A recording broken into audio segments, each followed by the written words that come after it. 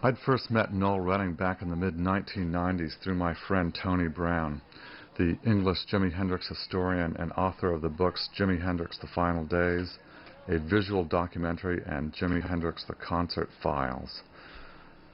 I'd kept in touch with Noel over the phone for a while, but actually didn't get to meet him face to face until we were all invited over to London in September of 1997 for the awarding of an English blue plaque where Jimmy had lived with his English girlfriend, Kathy Etchingham, at 23 Brook Street in the Mayfair district. This is to be a pretty big event, as a blue plaque is the equivalent of making a building an historical monument in the UK. This is also to be the first plaque awarded not only to a rock star, but also to a black person. The BBC were to be filming a documentary on the ceremony, and it looked like they were expecting loads of media coverage and a really big turnout for the event, which was also to include Pete Townsend and a number of other really well-known members of the London rock world, such as members of Led Zeppelin, Traffic, The Animals, The Kinks, The Who, Thin Lizzy, and a host of others.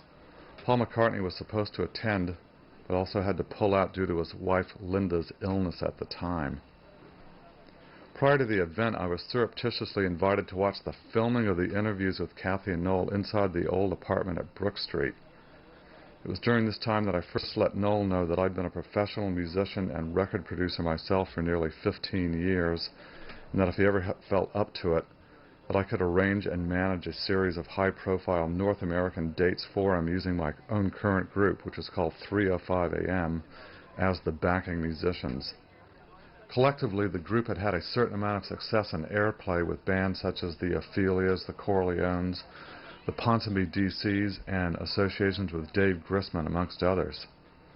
Several members of 305 AM have now joined me and my new songwriting partner Brad Orgeron in a new lineup which is called Corsica, and currently we're working on our first studio album called Of Ocean Born, which also includes many fine performances from our new violin player, Sandy Poindexter, most well known for her work with Dizzy Gillespie and John Handy, amongst others. A few short weeks after the ceremony, I wasn't too surprised to get a call from Noel giving me the go-ahead to set up what was to be our first tour together in June of 1998 during the height of summer. Highlights from this first short tour included an attendance-breaking club date at San Francisco's Mixed Lounge, a great concert hall appearance at the Maritime Hall, and also the headline spot at the world-renowned Haight Street Music and Arts Festival in front of 40,000 plus people. Noel had such a grand time during this first tour that we ended up doing two more, one in December of 1998 and the last one during the summer of 1999. The highlights for all of us were many and can be heard on the European CD release called West Cork Tuning, Noel Redding with 305 AM, which is still currently available through Charlie and Almathame Records Limited UK. Memorable were the sold-out show that we played with Hot Tuna at Hollywood's House of Blues, and also headlining two straight Haight Street fairs, also opening for what would turn out to be the great John Lee Hooker's final performance at his own Boom Boom Room in San Francisco. We were also showcased on Dan Aykroyd's syndicated House of Blues FM radio show, and finally producing what would also turn out to be Noel's final professional recording session at San Francisco's Radical House Studios. Nearly every stop on these tours we do, we'd be introduced to some of Noel's old friends who'd stop by to see him and say hello. Keith Emerson, Lee Michaels, Jim Marshall, Herbie Worthington, Jack Cassidy, Chet Helms, Tony Visconti, and other various Hot Tuna, Jefferson Airplane, Grateful Dead, and Santana types all come to mind. Noel would always be surrounded and mobbed by scores of people after the gigs wanting him to autograph books, posters, photos, records, books, you name it, from his long career playing with the Jimi Hendrix Experience, Fat Mattress, Road, and others. Most of the time I'd have to wrench him away from the crowds due to our tight schedules.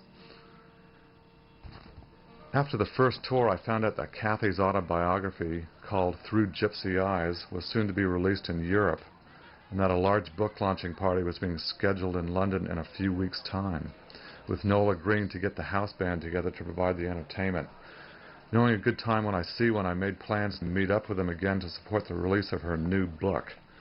This is to be held in August of 1998 at Seawise in Savile Row, London, and ended up being a virtual reunion for most of the people who had first attended the Blue Plaque ceremony from the year before. Now being an unofficial, or at least a North American charter member of the Noel Redding Group, and knowing most of Noel's touring repertoire, I was lucky enough to be included in the house band, which consisted of Noel's then current European group, as well as old friends from the past, such as Mick Avery of the Kinks, Eric Bell from Thin Lizzy, and Dave Clark. So, 3 West Coast tours, 1998 to 99, total rehearsals, 1. Total rehearsal time, 45 minutes. I think it was just prior to our House of Blues showcase in L.A. Seem to recall we just went over the starts and ends of a few songs to shore them up. We may have even learned one new number, My Babe, by Willie Dixon, I think it was. Noel used to laugh and tell me, "We never used to rehearse before, why should I start now?" Can't argue with that logic now, can ya? You can hear a version of My Babe on the previously mentioned West Cork tuning, which is now in its 5th licensed release since it first came out, I do believe. Well, Noel lived for many years in Clonakilty in West Cork in Ireland, and he and the friends he played there with never used electric guitar tuners, nor set lists, nor count-ins either for that matter, but instead they tuned by ear, hence West Cork tuning. My mother also was originally from the region too. I knew there was a connection there somehow, but I was never quite sure where. Coincidentally, my mother passed away shortly after Noel, so per her wishes, my father and I took her ashes to be scattered in Ireland, the land of her birth. While we were in the neighborhood, we stopped in on a wet and rainy night at DeBar's. That's the local pub in Clonakilty, where Noel had held the Friday night residency for nearly 20 years. There I was pleased to see that Noel's local band members had continued his legacy and were now being billed as the Noel Redding Tribute Band, playing all the hits and misses Noel had enjoyed during his long career. We all took to each other immediately, and they let me sit in with them on several selections that I had played at many a gig with Noel during my time with him. It was one of those nights where we closed the joint and then stumbled off into the night after much backslapping, cheer, and laughter. I looked at my watch. It was 3:05 a.m. We all missed Noel very much and wished he was still with us. He really was like some sort of Charles Dickens type character, seemingly from another time and place, both incredibly blessed and incredibly cursed all at the same time. It looks like Noel's estate is now finally being sorted out during the last 2 years since his death, and right now I'm busy sorting through the tapes to come up with a follow-up to West Cork tuning. Probably going to be using the very high quality and still unreleased studio tracks from 1999. It's also possible that we'll be able to pull together a DVD release of the best of these performances and interviews Noel gave at this point at the end of his career.